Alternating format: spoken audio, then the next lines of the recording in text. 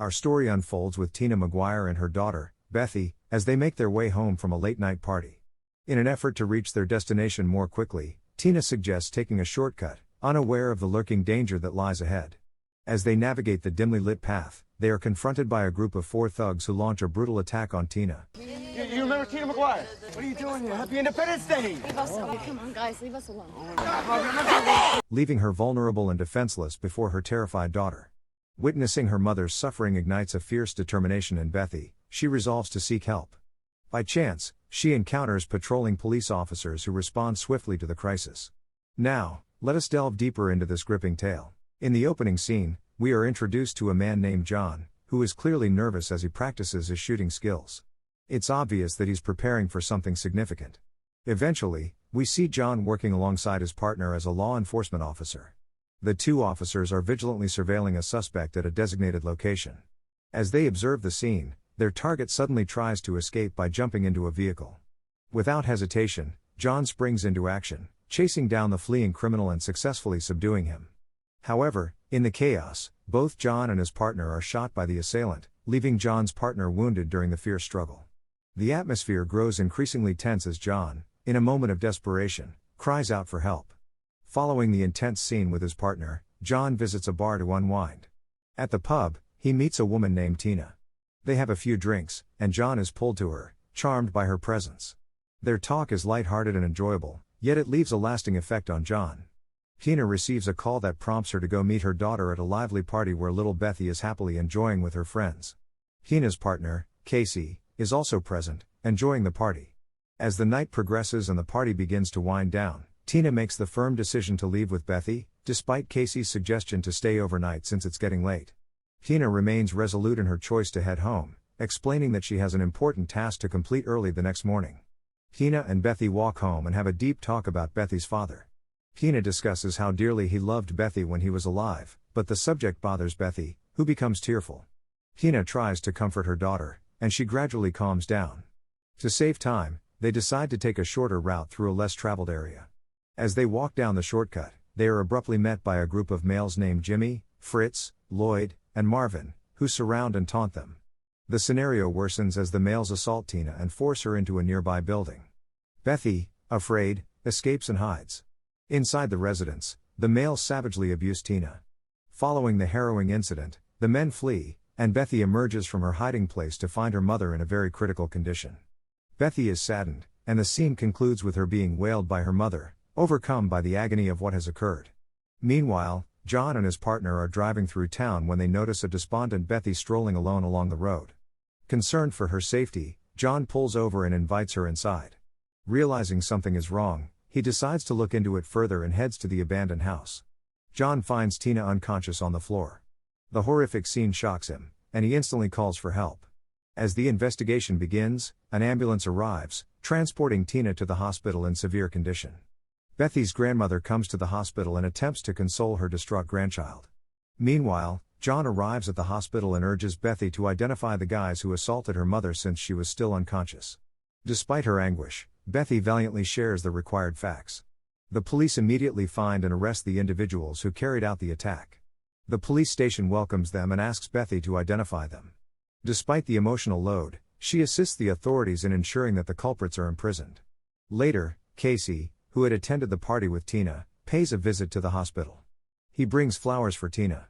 Meanwhile, Mrs. and Mr. Fick are desperately trying to come up with a strategy to defend their boys against the horrific crime charges. They meet with Jay, a well-known and respected lawyer who has a history of taking on difficult cases. They beg Jay to take on their case, knowing how serious the matter is and how much his services cost. Jay is mindful of the potential reaction and complexity of defending the accused guys, so he charges a significant price for his services. The amount he demands surpasses the Fick's initial expectations, placing them in a challenging situation. Mrs. Fick, on the other hand, is determined to do everything it takes to safeguard her sons. In a desperate move, she offers Jay the deed to her recently purchased home as collateral, thinking that it will cover the lawyer's fees. Meanwhile, John gets increasingly concerned about Bethy and Tina following the tragic occurrences. His concern prompts him to visit the hospital where Tina is receiving treatment. When he arrives, he finds Bethy reclining on a sofa, overcome with emotion and tears. John sits beside her, providing comfort and reassurance in the midst of the commotion. Tina is released from the hospital a few days later, but her ordeal has left her physically and mentally wounded. Her mother brings her home, and Bethy accepts the task of caring for her mother. She stays close by, making sure Tina feels protected and supported as she recovers. On the other side of the story, Tina's horrific encounter haunts her, causing her to experience nightmares about the predators who attacked her. One night, she awakens screaming, overcome by the vivid and horrifying memories of the attack. Her cries reverberate throughout the house, and Bethy rushes over to check on her. When Bethy walks into the room, she sees her mother curled up in a corner, sobbing and quivering with terror. Tina's mother soon comes, having heard the ruckus, and they work together to calm Tina down, assuring her that she is now safe. Bethy walks to a cafe with a buddy the next morning, hoping to regain some normalcy. However, the tension at home immediately thwarts her attempt to escape. A girl ambushes Bethy at the cafe and begins to bully her. The girl turns out to be the sister of one of the males who attacked them. She fiercely warns Bethy not to speak out in court or testify against her brother. Then we see Tina with her lawyer, Jessica, who is mentally preparing her for the trial. Jessica reassures them that they will win the lawsuit and asks Tina several questions. Then, Jessica pushes Tina to advocate for herself and the millions of other girls who do not receive justice. The next day, we see John enter the courtroom. Tina arrives with Bethy and her lawyer, and Mrs. Fix starts harassing her. Then, another lawyer named Jay enters and introduces himself as the defender. The trial begins as Jessica presents her case against the defendants and petitions the court for justice. Firstly, she reaches out to John, asking him a series of questions about the night Tina suffered the assault. However, Jay continues to interrupt her and destroy her argument. Jessica resumes her questioning when Tina arrives. However, the judge doesn't seem to be supporting her, and she begins to feel fearful. Jessica urges Tina to return to her seat, but she loses her cool and starts screaming at the judge for being unfair. John watches Tina feeling helpless. Jessica petitions the judge to bring the culprits to trial and wants justice, but Jay claims Tina was drinking at a party at her boyfriend's home that night. They drank a lot of beer at the party, and Tina eventually got into a dispute with her boyfriend and fled his home. Tina then went to Rocky Point Park with her kid to meet up with defendants she knew. She then offered to exchange money for sex, demonstrating that it was a voluntary exchange rather than a rape. However, Tina then asked that the price be raised, resulting in an argument. As a result, the lawyer claims that his clients did not assault anyone and that Tina's allegation is completely misleading and false. Tina has a panic attack as the crowd in the court begins to cheer. She begins to yell at the judge and breaks down in tears, but her lawyer attempts to calm her. Then John helps her up, and she exits the court with her daughter. John becomes enraged at night when he thinks about the injustice done to Tina. Meanwhile, Tina receives a visit from a doctor who administers sleep medication. Unexpectedly, a knock on the door leads Tina's mother to her lawyer. She is furious with her for failing to defend Tina in court and requests her to go.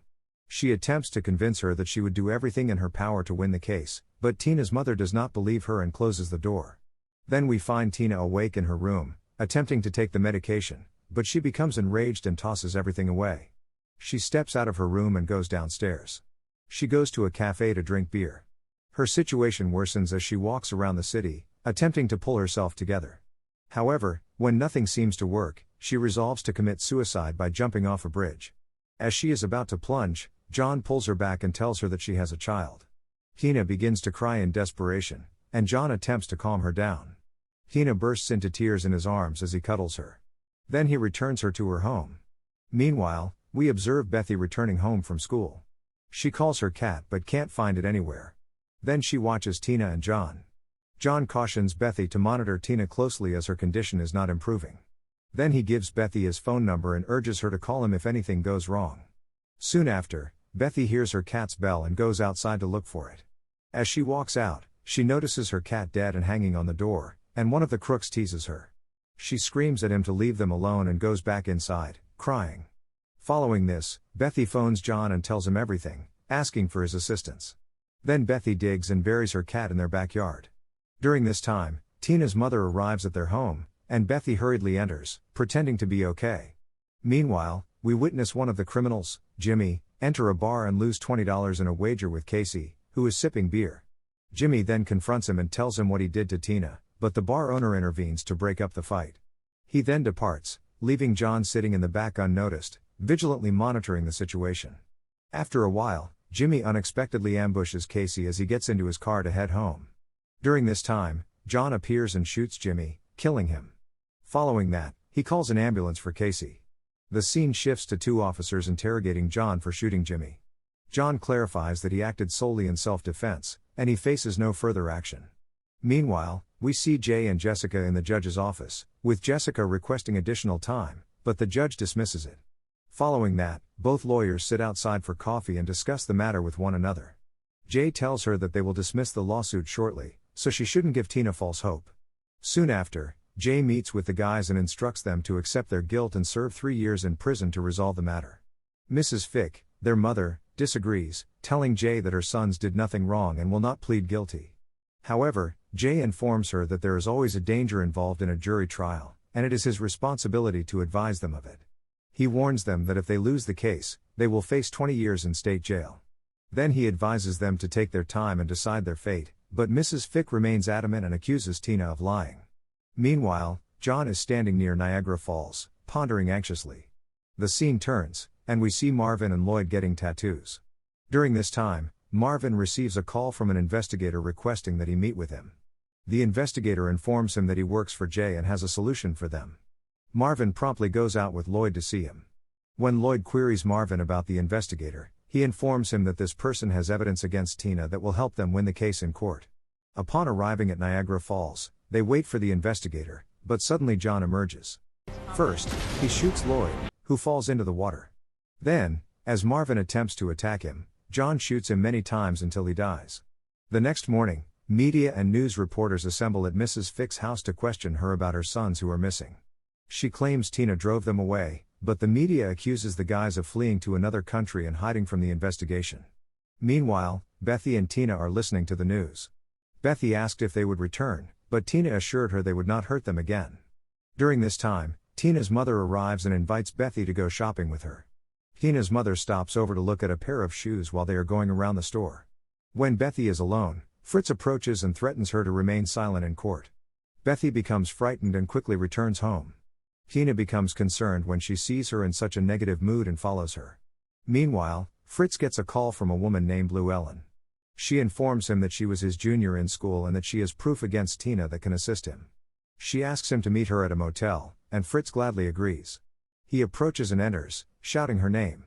In a tense moment, John bursts onto the scene, gun drawn and aimed squarely at Fritz. With a steely voice, he commands Fritz to sit still and insists that he write a confession detailing the actions he took against Tina.